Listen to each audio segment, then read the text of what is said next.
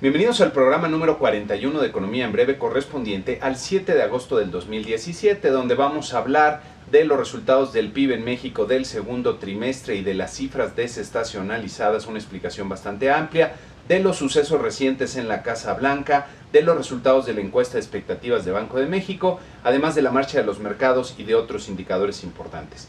Mi nombre es Mario Correa y esto es lo más relevante del acontecer económico. La frase de la semana es del escritor irlandés ganador del Premio Nobel de Literatura George Bernard Shaw.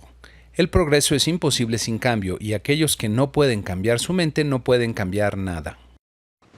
El balance de lo ocurrido en la semana podríamos considerarlo nuevamente positivo, ya que los resultados del PIB en México fueron buenos, también lo fueron los resultados del empleo en Estados Unidos, y la marcha de los mercados podríamos considerarla neutral. En los mercados financieros, nuestro tipo de cambio volvió a perder fuerza frente al dólar, aumentando 12 centavos, el 0.70% para ubicarse el viernes en 17.89 pesos por dólar. El mercado accionario mexicano registró una ganancia modesta de 0.22% en la semana, con lo que acumula una ganancia de 12.46% en lo que va del año. La muestra de mercados accionarios que seguimos terminó la semana con una ganancia importante de 0.87%. En el entorno global, destacó la decisión de política monetaria del Banco de Inglaterra, que dejó tal como se esperaba sus tasas de interés sin cambio, pero recortó su pronóstico de crecimiento para este año de 1.9 a 1.7%. El gobernador Mark Carney advirtió que la incertidumbre que hay en torno al Brexit ya está afectando a la economía inglesa, especialmente a la inversión y al consumo. Hay que recordar que el gobernador Carney ya había advertido anteriormente que el Banco de Inglaterra podría comenzar a subir las tasas de interés para evitar que la inflación comience a acelerar de forma inconveniente. Pasando a Estados Unidos, las relaciones con Rusia se tensaron considerablemente luego de que el presidente aprobara las sanciones establecidas por el Congreso. El presidente emitió un tuit culpando a los miembros del Congreso por haber llevado a la relación Estados Unidos-Rusia a un nivel peligrosamente bajo. En la Casa Blanca continuaron los cambios, ahora con la salida del señor Anthony Scaramucci, que duró 10 días como director de comunicación de la Casa Blanca, y su salida deja ver que ahora el nuevo jefe de gabinete, el general Kelly, está al frente de las decisiones en lo que se refiere al gabinete del presidente Trump. Por otro lado, y para aumentar los dolores de cabeza del presidente Trump, el fiscal especial Robert Mueller convocó a un gran jurado para proseguir con la investigación en torno a la interferencia de Rusia en las elecciones presidenciales. Esta noticia es relevante porque confirma que el señor Mueller cree que hay evidencia suficiente de que se ha cometido un delito y de que es necesario proceder con una investigación criminal. Usualmente, cuando se convoca un gran jurado, se está en las primeras etapas de una investigación que puede durar mucho tiempo, ya que con ello se pueden emitir citatorios para recabar evidencia e ir armando la investigación. En este entorno se emitieron un par de encuestas en la semana que confirman que la popularidad del presidente Trump está bajando a un nuevo mínimo histórico. En esta de la Universidad de Quinnipiac, que es una de las más seguidas, puede verse que el grado de aprobación del presidente Trump bajó a un 33%, mientras que la desaprobación ha subido a un 61%. Pasando a los indicadores económicos, el más relevante de la semana fue el reporte de empleo del mes de julio, que confirma un desempeño sólido del mercado laboral. La creación de empleos no agrícolas que pueden ver en esta gráfica en las barritas sumó 209,000 en el mes de julio, quedando por arriba de lo que estaban esperando los mercados, alrededor de 180,000 nuevos empleos.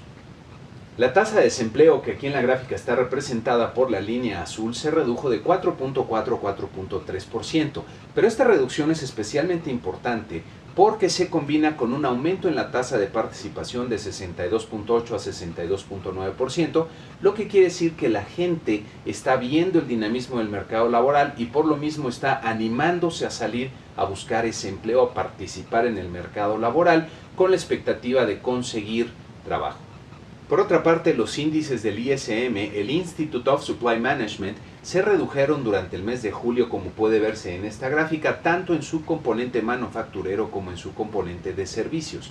No obstante, siguen muy por arriba del umbral de los 50 puntos, eso quiere decir que continúan en terreno de expansión.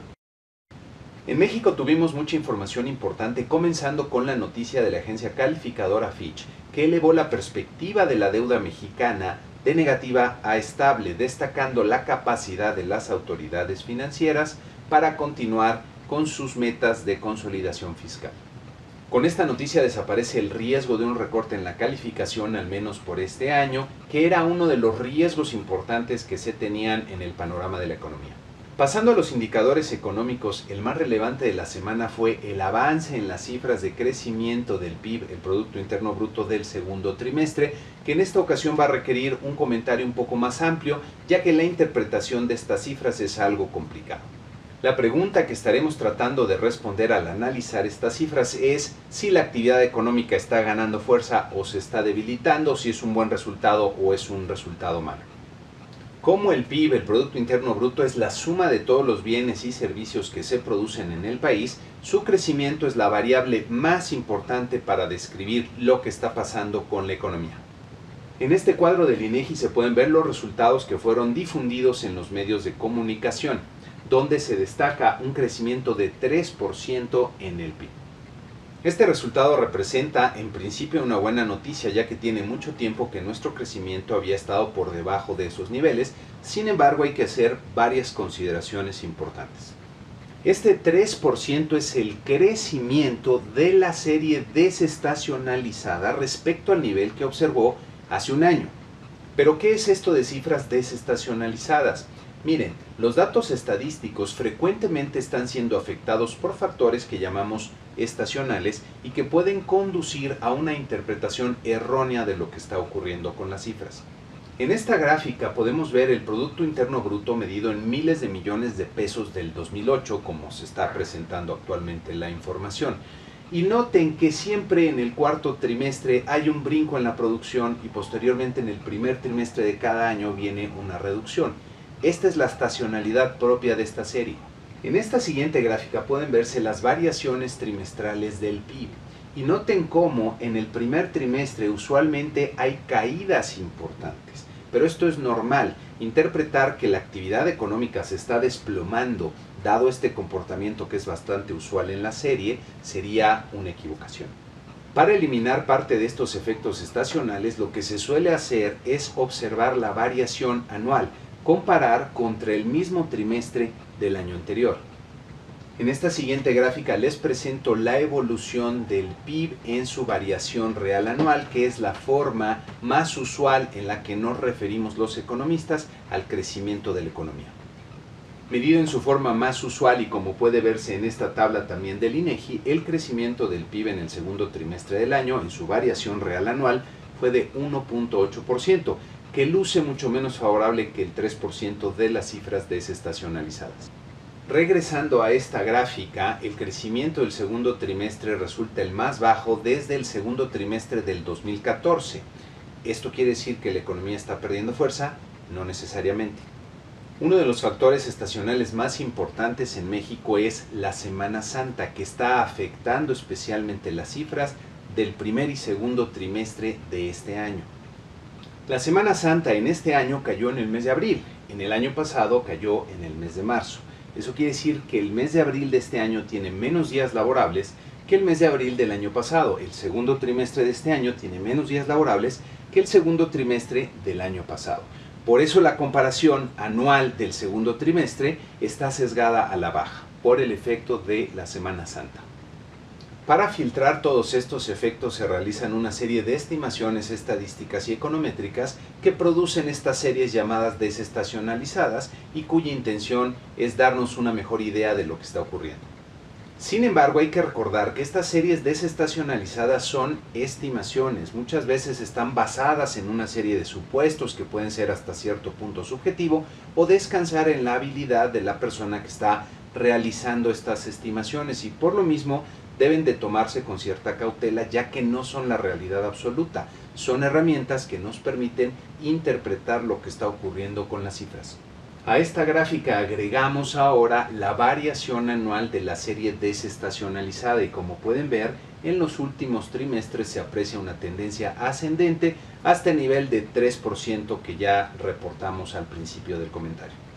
En esta última gráfica que les vamos a presentar del PIB en esta ocasión podemos ver los componentes más importantes. Nuevamente son las variaciones reales anuales, son las cifras originales, son las series originales.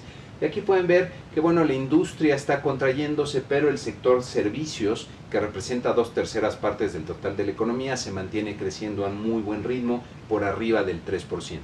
Pasando al siguiente tema, el Banco de México dio a conocer los resultados de su última encuesta de expectativas entre los especialistas del sector privado, que pueden ver en esta tabla, donde están las principales variables y los cambios que han tenido en los últimos meses.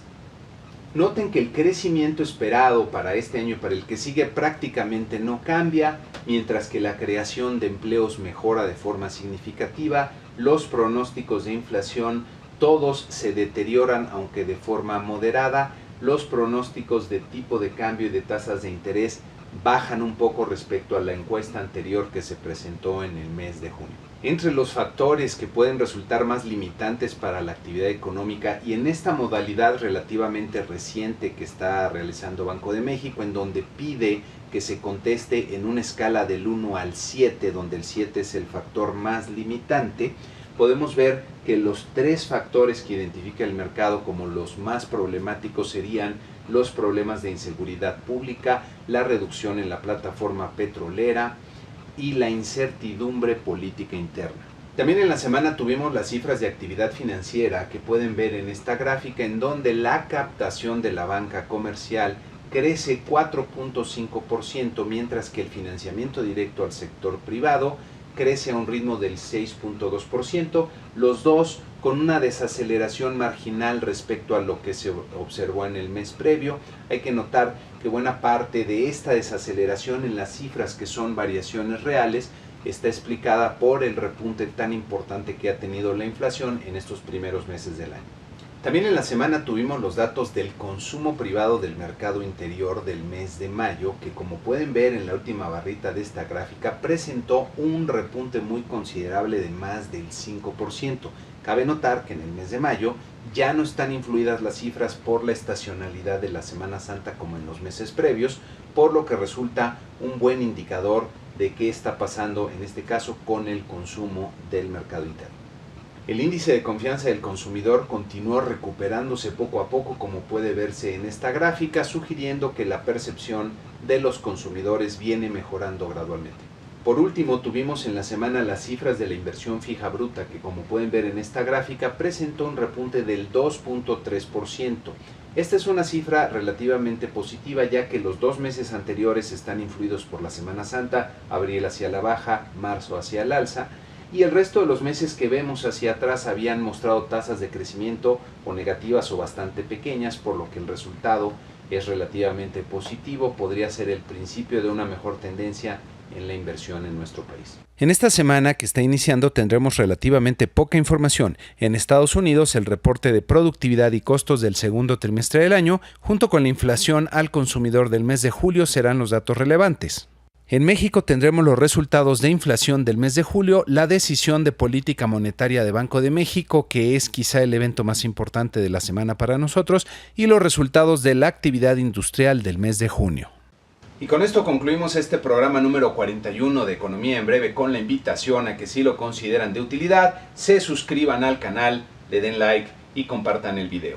Muchas gracias.